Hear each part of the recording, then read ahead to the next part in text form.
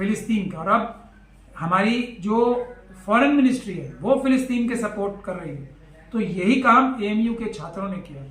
जो देश की हमारी पॉलिसी है उसको रिपीट करने की वजह से, या उसको रिपीट करना एक ऑफेंस या क्राइम हो ही नहीं सकता।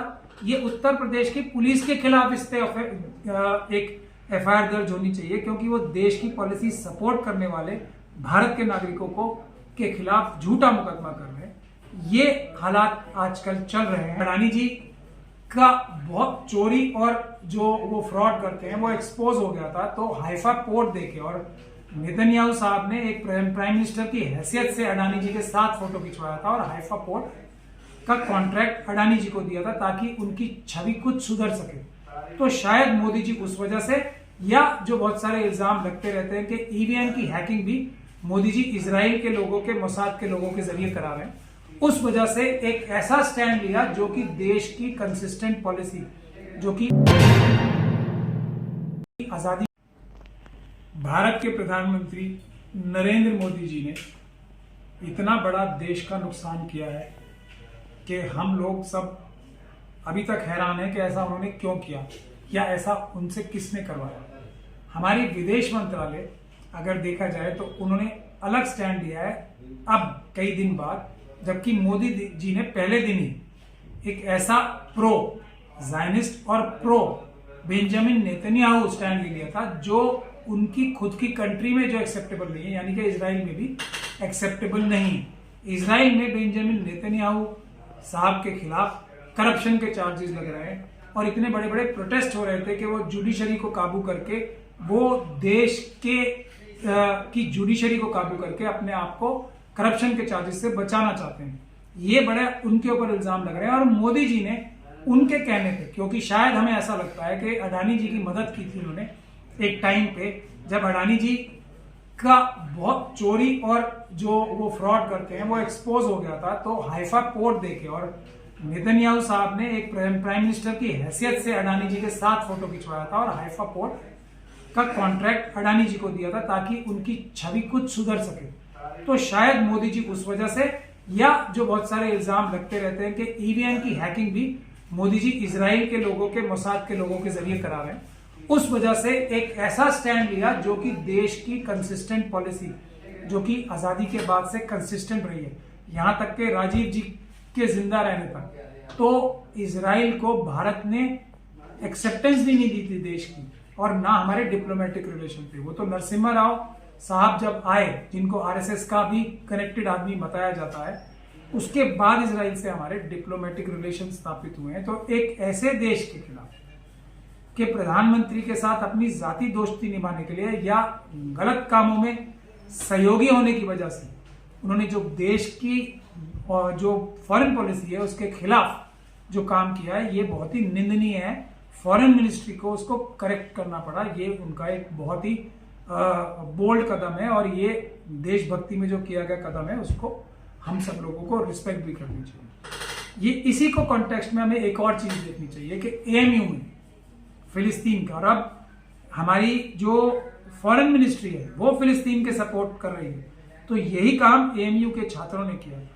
जो देश की हमारी पॉलिसी है उसको रिपीट करने की वजह से, या उसको रिपीट करना एक ऑफेंस या क्राइम हो ही नहीं सकता। ये उत्तर प्रदेश की पुलिस के खिलाफ इस पे एक एफआईआर दर्ज होनी चाहिए, क्योंकि वो देश की पॉलिसी सपोर्ट करने वाले भारत के नागरिकों को के खिलाफ झूठा मुकदमा कर रहे हैं। ये हालात आजकल चल रहे हैं। दूसरी तरफ हम ये भी कहना चाहते हैं कि जो ज़ायनिस्ट फोर्सेस हैं उनके जो प्रोडक्ट्स हैं उसके इस्तेमाल से हम लोग अगर बचें, उसका इस्तेमाल बंद कर दें। आज गाजा में आप लोग देख रहे हैं कि वहां पीने को पानी नहीं है, वहां खाने को खाना नहीं है, वहां दवाइयां नहीं है, वहां बिजली नहीं है। तो क्या हम लोग सिर्फ ये एरिएटेड ड्रिंक्स जो होती है, जो कोल्ड ड्रिंक्स हम जिसको कहते हैं, या जो ये एनर्जी ड्रिंक्स होती हैं, कोक, पेप्सी, इस तरह की जो ड्रिंक्स होती हैं, ये वैसे भी सेहत को नुकसान पहुंचाती है। जो भी पीता है उसको बीमारी ही लगती है। अगर हम सिर्फ इनका ही बायकॉट कर दें, एक तरह से इनको पीना बंद कर दें, तो हमारी सेहत भी बेटर होगी और ये कंपनी जो अपना पैसा कमा के इसराइल की जो वॉर क्राइम्स अभी इसराइल की फौजें कर रही हैं या ज़ायनिस्ट फोर्सेस कर रही हैं उसमें भी ताउन करते हैं, उसमें भी कमी आएगी। तो ये हम लोग जो इसराइल के जुल्मों के खिलाफ, इसराइल के ना कहे जाने वाले, ना देखे जाने वाले, ना देखे जा सकने वाले, ना कहे जा सकने वाले जुल्मों का जो रोक लगानी है कुछ, तो उस पे हम लोगों का कंट्रीब्यूशन कम से कम ये हो सकता है कि अगर वो लोग बगैर पानी के हैं तो हम कोल्ड ड्रिंक्स तो कम से कम पीना बंद कर दें। हम पैक्ड फूड जो है जैसे नेस्ले कंपनी है, ढूंढे कौन कौन सी कंपनीज ऐसी हैं जो ज़ायनिस्ट फोर्सेस की हैं, ज़ायनिस्ट ताकतों की हैं, और उसको कम से कम हम उनके प्रोडक्ट्स लेना बंद कर दें। तो जो पैसे, जिस पैसों से वो बम खरीदते हैं बेगुनाहों के ऊपर बम फेंकने के लिए,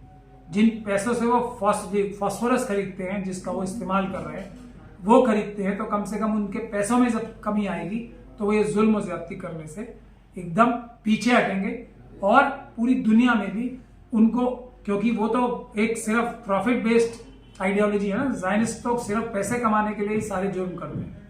तो अगर उनको लगेगा हमारे पैसे पे ही अटैक हो रहा है तो ये जुल्म पे आने के लिए बहुत बहुत शुक्रिया। आज एक बहुत ही अहम मैसेज देने के लिए मैंने ये आपको लोगों को तकलीफ दी है। हमारे मुल्क में और मुल्क से बाहर भी बहुत सारे लोग फिलिस्तीन के लोगों की इज्जत और इंसाफ की लड़ाई के लिए हम लोग क्या कर सकते हैं, इस बात पे बहुत अलग अलग विचार और अलग अलग लोगों के सपोर्ट करने के तरीके आ रहे हैं। तो मेरे जहन में बहुत दिन से हमारे देश में जो चाइना एक तरीके से इकोनॉमिक हमें लूट रहा है, उसको ठीक करने के, चाइना को ठीक करने के लिए एक जो प्लान था मेरे जहन में, वो मैं आज फिलिस्तीन के लिए भी आप सब लोगों से शेयर करना चाहता हूँ। हमें चाइना के जो प्रोडक्ट्स हैं, जैसे वीवो हो गया, जैसे ओप्पो हो गया, जैसे Xiaomi हो गया, जैसे पेटीएम हो गया, ये सारे प्रोडक्ट का हमें इस्तेमाल करना बंद करना चाहिए अगर हमें चाइना को ठीक करना है, इकोनॉमिक बैलेंस बनाना है चाइना के साथ। उसी तरीके से अगर हम फिलिस्तीन के लोगों की मदद करना चाहते हैं तो हम लोगों को प्रोटेस्ट तो करना ही चाहिए, पीसफुल प्रोटेस्ट भी बहुत सारे लोग कर रहे हैं, लेकिन उससे भी ज़्यादा, सबसे ज़्यादा इफेक्टिव तरीका ये होगा कि हम लोग कोल्ड ड्रिंक और पैक्ड प्रोडक्ट्स जो है वो खाना बंद कर दें। जी हाँ, अगर हम सिर्फ कोल्ड ड्रिंक्स जिसे हम कहते हैं ना, एरिएटेड ड्रिंक्स या सोडा वाटर जो हम पीते हैं, अगर वो सिर्फ बंद कर दें तो बहुत बड़ी मदद हम फिलिस्तीन के मजलूमों की कर सकते हैं। ये मैं आप लोगों के माध्यम से सबको मैसेज देना चाहता हूँ। जो जो लोग भी फिलिस्तीन के मजलूमों के साथ उनकी इज्जत और इंसाफ की लड़ाई में साथ देना चाहते हैं, और वो सबसे अच्छा तरीका उसका अभी हम लोगों के पास यही है कि जितने भी हम सोडा ड्रिंक्स पीते हैं वो बंद कर दें, और जितने भी हम ये पैक्ड फूड प्रोडक्ट्स खाते हैं, अगर हम ये दो चीज़ें बंद कर दें तो इससे बहुत बड़ा इम्पैक्ट पड़ेगा और ये हम लोगों का कंट्रीब्यूशन होगा। सोडा वाटर ड्रिंक्स पीना, जैसे कोक, पेप्सी, इस तरह की जितनी भी ड्रिंक्स हैं, या आजकल तो बहुत सारी एनर्जी ड्रिंक्स भी आ रही हैं, ये सब ये सोच के ही बंद कर दे कि इस वक्त गाजा में लाखों लोगों के पास पीने का पानी नहीं, खाने के लिए रोटी नहीं है और इलाज के लिए दवाइयां नहीं है, तो हम क्या सिर्फ अपना कोल्ड ड्रिंक का शौक बंद नहीं कर सकते? और मैं कोई भी ऐसी सजेशन नहीं देता जो मैं खुद अमल नहीं करता। मैं तो खैर बचपन से ही कोल्ड ड्रिंक नहीं पीता हूं, इसीलिए मैं ये गुजारिश कर रहा हूं सब लोगों से कि आप लोग भी एक तो पैक्ड प्रोडक्ट्स बंद कर दें। कोका कोला, पेप्सी, नेस्ले, ये ऐसी कंपनीज हैं जिसको आइडेंटिफाई करके अगर आप ये 3 कंपनी से भी शुरू करें तो आप बहुत बड़ा ताउन करेंगे।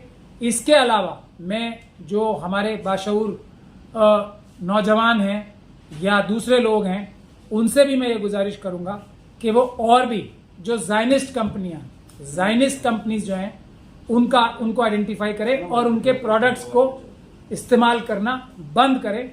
ये हमारा ताउन सबसे अच्छा और सबसे मजबूत ताउन हो सकता है। बहुत बहुत शुक्रिया आप सभी लोगों का मेरी बात सुनने के लिए।